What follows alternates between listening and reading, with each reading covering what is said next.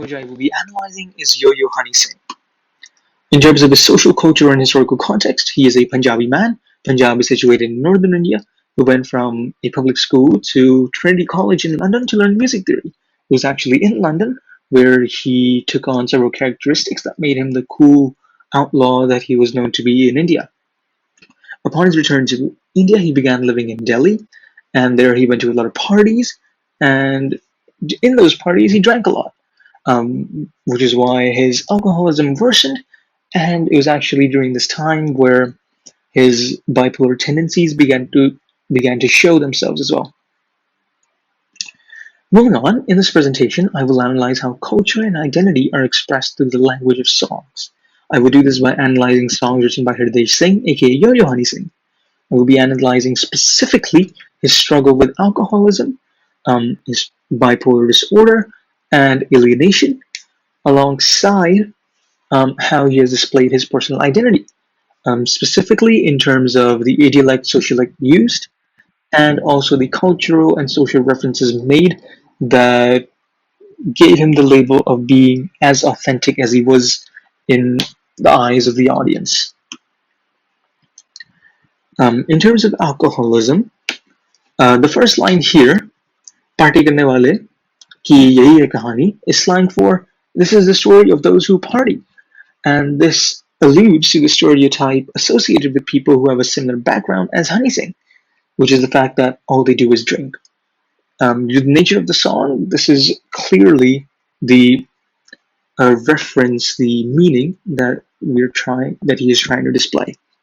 On top of that, the first couple of lines from Sharabi are a euphemism for my chest hurts and hence I must drink, which when combined, actually both these verses combined with the confession that he made back in 2016, which goes, I must confess that I was an alcoholic.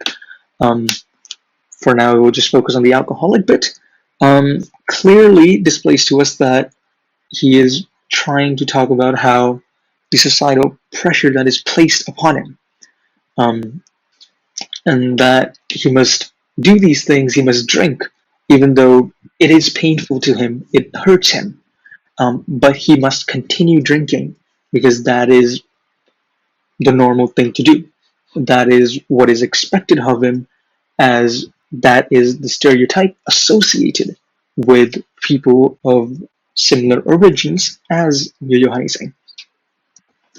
As per his bipolar tendencies, they kind of connect to the idea of alienation, as the slang meaning behind most of these songs refers to how he is jumping from one extreme motion to another.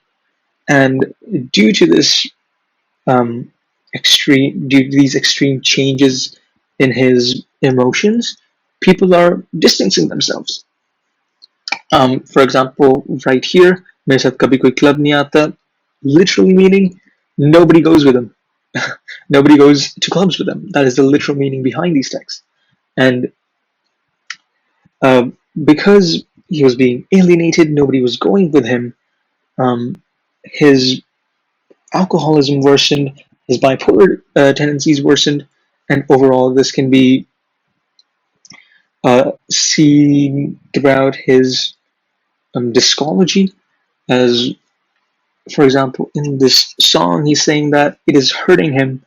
It is truly abhorrent. His liver is just dying, but this is the only thing he can do.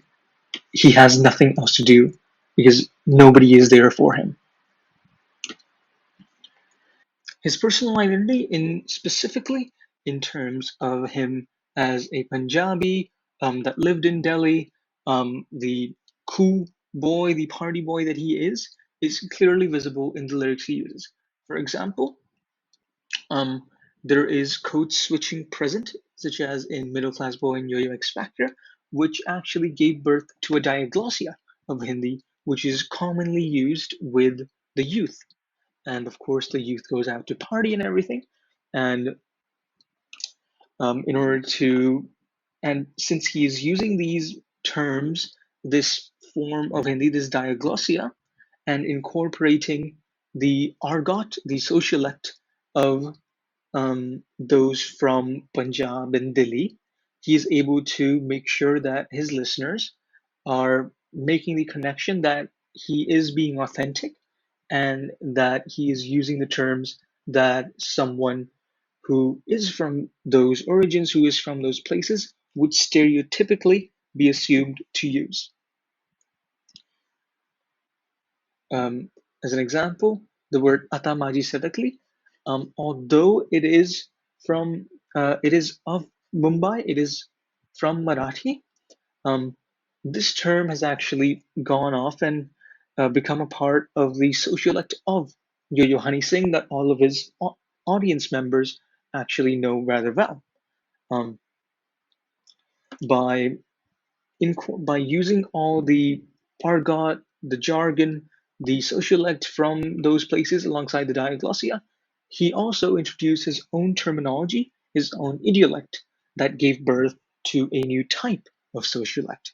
And Atamaji Satakli is a good example because if you go up to any Indian teenager, they will, and say those words, they will vigorously shake their hand next to their head and say those exact words, but with vigor. In conclusion, um, it's obvious that words hold great meaning. I came to this realization in the case of Hani Singh after he confessed to the issues he was struggling with. It is clear that he was asking for help or was just trying to express himself, and he left numerous hints and allusions to help us construct these aspects of his identity that he was just trying to convey. And as the audience, we were able to respond and appreciate most, but there were numerous that we left unanswered. And it once again just shows that this is a method used by many to express themselves. And we should kind of take that into consideration. And whenever we're listening to songs or anything, perhaps consider the mental state that an artist might be in. Thank you.